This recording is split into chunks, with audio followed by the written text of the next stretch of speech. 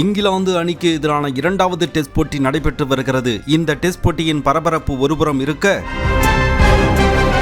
மைதானத்தில் உள்ள கிரிக்கெட் சார்ந்த பொருட்கள் விற்பனை செய்யும் கடையில் IPL அணிகளின் உடைகள் அமோகமாக விற்பனையாகி வருவது பலரையும் ஆச்சரியத்தில் ஆழ்த்தியுள்ளது. குறிப்பாக CSK மற்றும் கொல்கத்தா நைட் ரைடர்ஸ் அணிகளின் ஜெர்சிகள் அதிக அளவில் ரசிகர்களால் வாங்கப்பட்டுள்ளன. இந்தியா மற்றும் இங்கிலாந்து அணிகளின் டெஸ்ட் உடைகளை காட்டிலும் IPL அணிகளின் உடைகளே அதிக அளவில் அங்கு விற்பனையாகியிருந்தது. IPL தொடரின் தாக்கம் சர்வதேச கிரிக்கெட்டிலும் எதிரொலித்து வருவதை சுட்டிக்காட்டுகிறது.